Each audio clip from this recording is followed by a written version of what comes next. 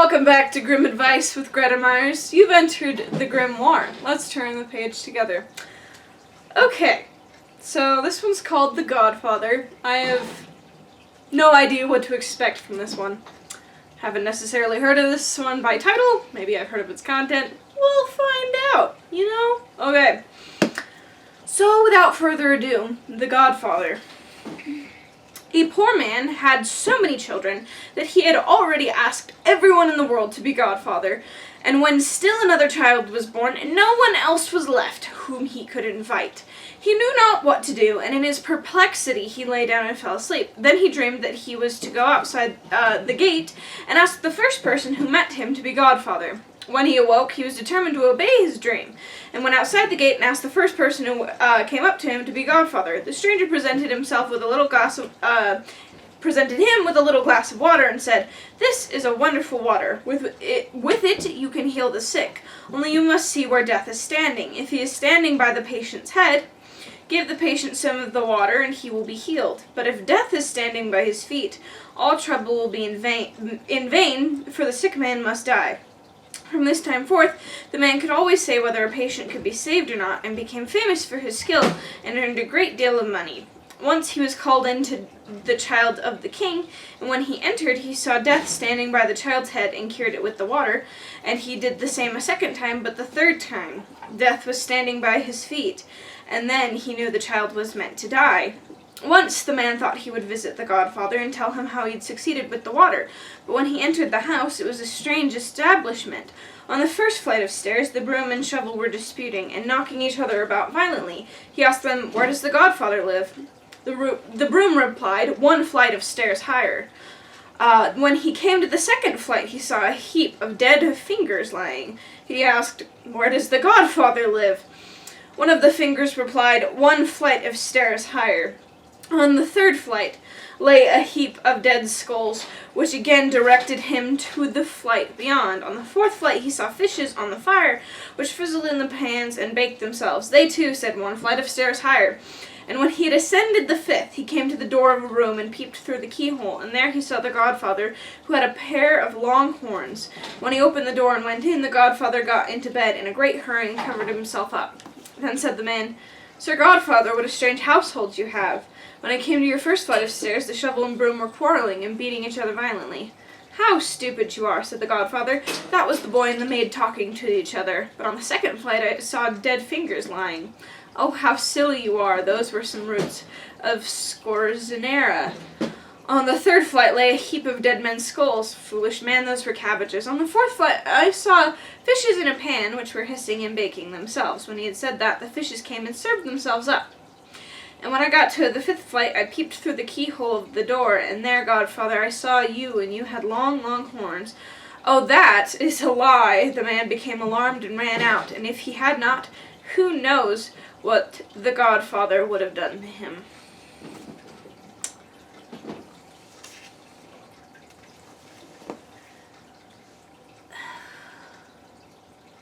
Raise your hand if that was, really weird. No, just me? Okay, then. First off, he's poor.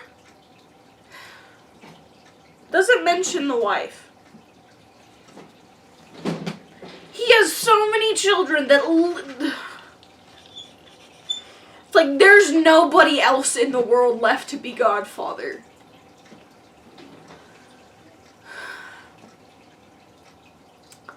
Is that just the known world to Germany at the time?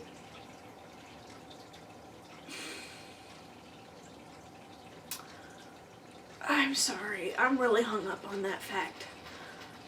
Was he poor before the children, or is he poor now because he has so many children that he has to provide for? How old is he? Sorry, I will try to move on from that fact.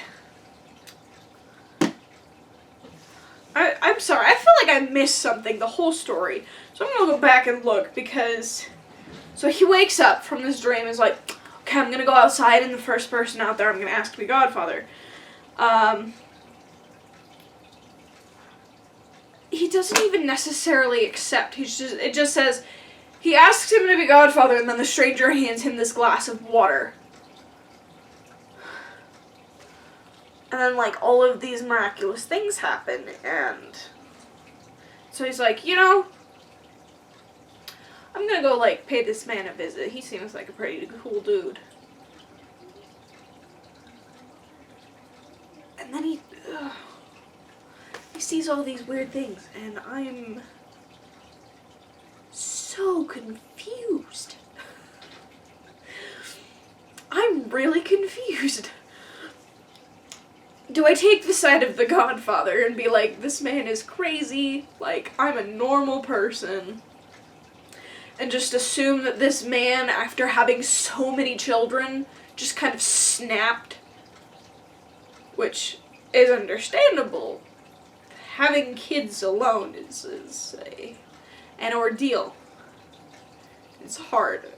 Having so many kids that there is no one left in the entire world to be godmother or godfather, I would imagine that would take a toll on one's mental health.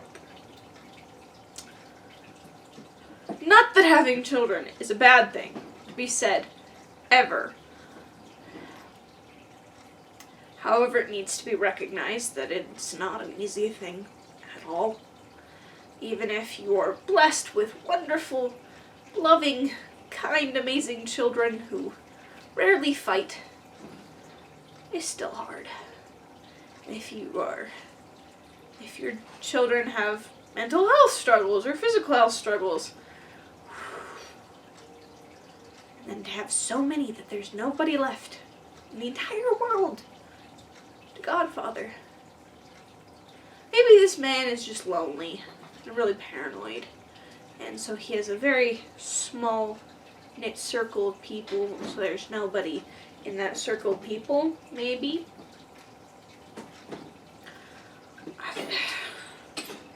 I said I would try not to get hung up on it again, and here I am. Back to that point. I cannot.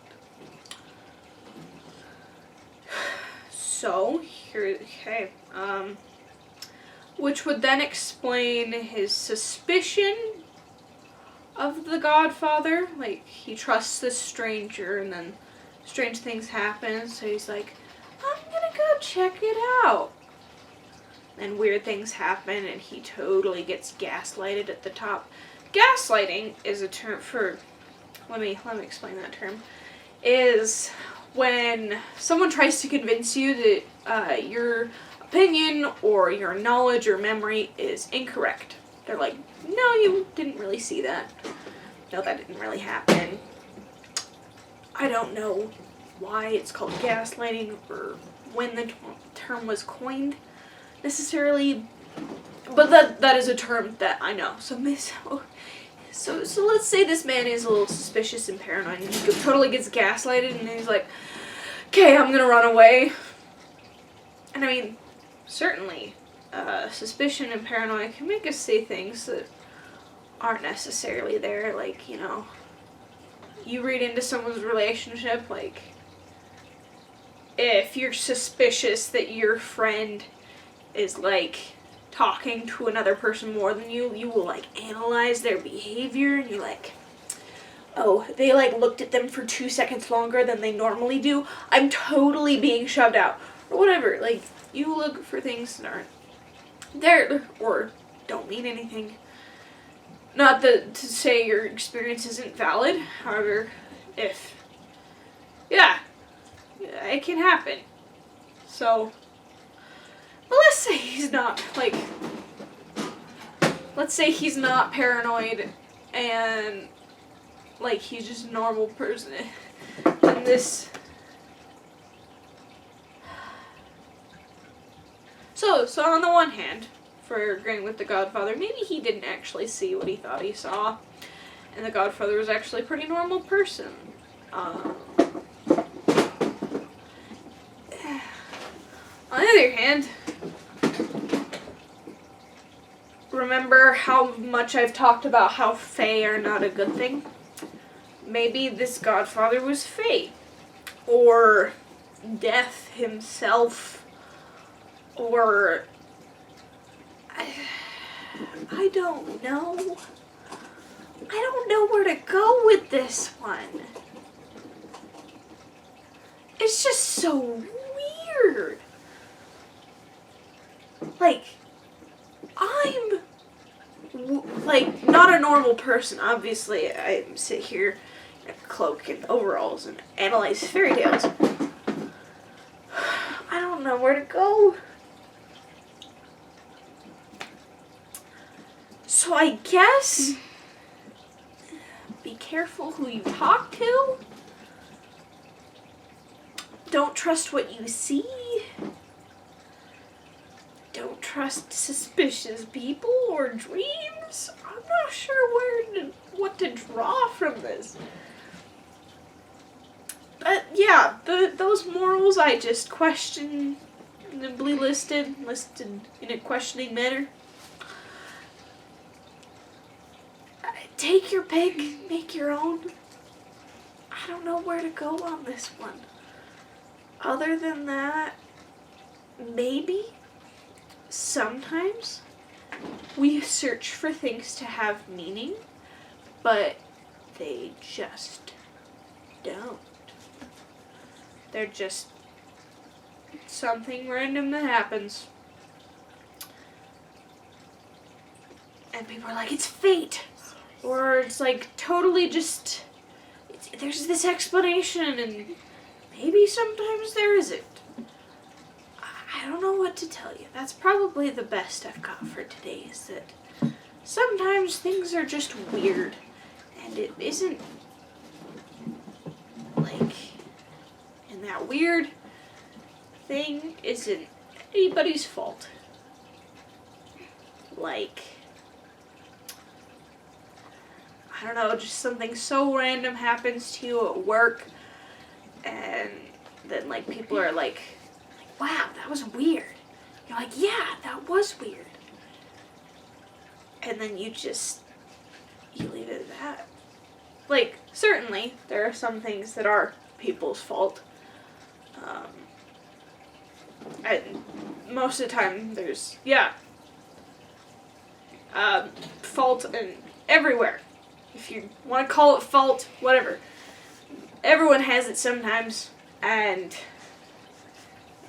perspective, and I'm not getting into that.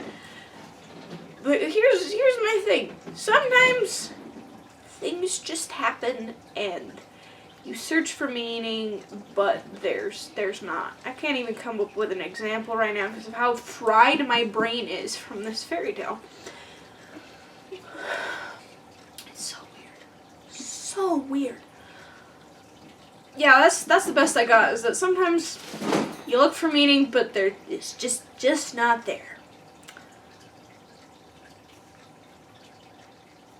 And that's okay. It's okay for there not to be some, like your English teacher's like, what does this story mean? And you're like, nothing.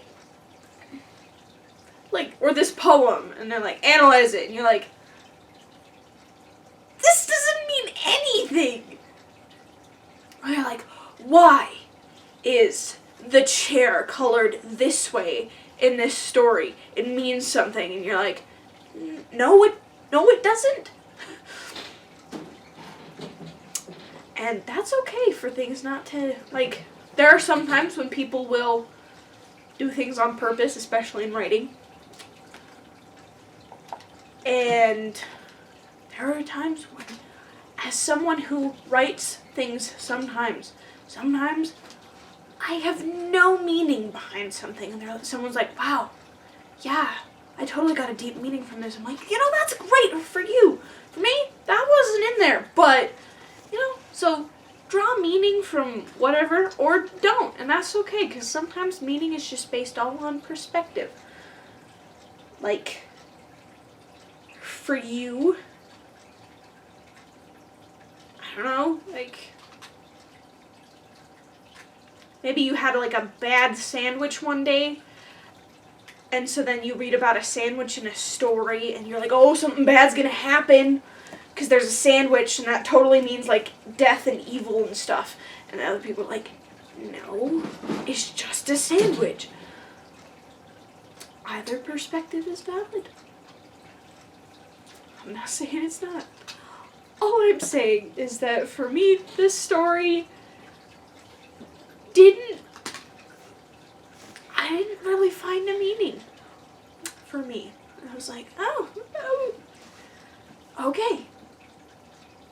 So, yeah. That's fine. That's valid. You do what you have to. Yeah.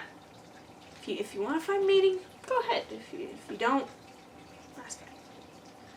I mean, this is just a story for fun. So no life-threatening thing. You're not even graded on this. I'm not gonna come to your house and be like, young man, miss, or person, pet, place, thing, please tell me what meaning you got from this, and then grade you on it. I'm not gonna do that. So, yeah. So, thank you for joining us for another happily ever after, or not so happily ever after, or meaningful story at all. That's up for you to decide, and whatever you decide is valid. Entirely, completely. I'm not gonna judge you at all.